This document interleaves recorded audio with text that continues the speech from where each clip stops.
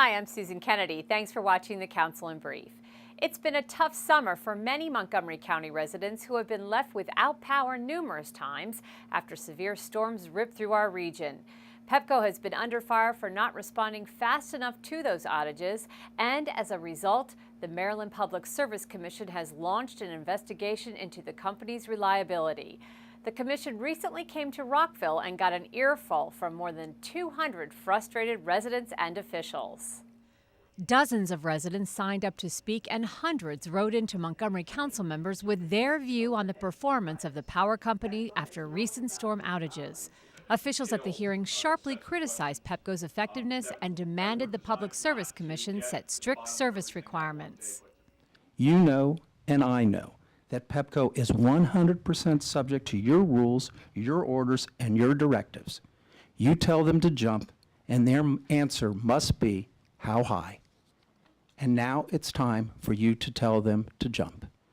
The Public Service Commission has launched an official investigation into the numerous power outages that cost county businesses and residents thousands of dollars.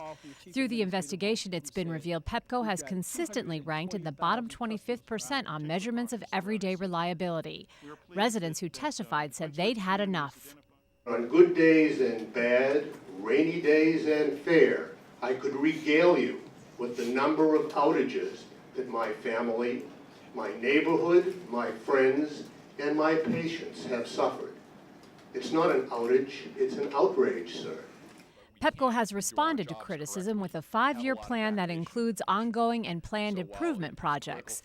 Officials want the PSC to set and enforce reliability standards for Pepco. State legislators say they will look at passing legislation if the commission doesn't act quickly. A housekeeper who said she worked for a Dickerson family for nearly 5 months without pay is the first person to file a lawsuit under a new Montgomery County law that requires employers to provide a domestic worker with a written contract.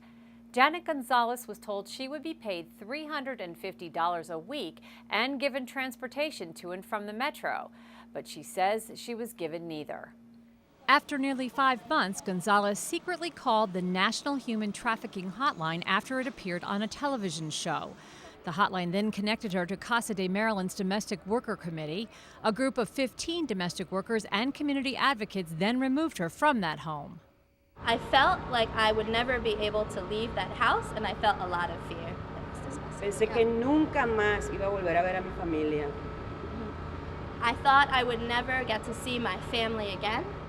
Gonzalez has filed a federal lawsuit and a complaint with the County Office of Consumer Protection under legislation passed last year that protects domestic workers from situations like this. That law requires a contract for domestic workers who put in more than 20 hours a week on the job. This is the first case filed by a domestic worker as a result of this law. Failure to provide a contract could subject the family to a penalty, and if our Office of Consumer Protection determines and finds that the law was violated, then there could be a penalty against the family, and in addition, those findings will assist this worker, to pursue additional damages and remedies in state or federal court. Gonzalez is filing this suit for lost wages and other punitive damages. She says it's all about respect and rights for all domestic workers.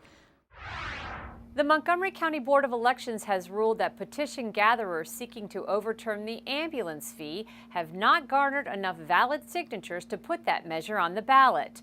After years of rejecting the emergency transport fee, this spring council members voted in favor of the plan. It was a tough call for us to agree with the county executive to approve what it is a medical transport fee. It's covered by insurance. And if it's not covered by insurance, no one will have to pay. Those opposed to the fee say the ruling will not stop their efforts to get the measure overturned. Our next step is either we're going to challenge this either in court or the court of public opinion. We know that the vast majority of people who signed our petition were opposed to the fee. We know that 90% of the letters that have come into council on this issue have been opposed to the fee. So we know that we are standing up for the public. Well, that does it for this edition of the Council in Brief. Thanks for watching. I'm Susan Kennedy for County Cable Montgomery.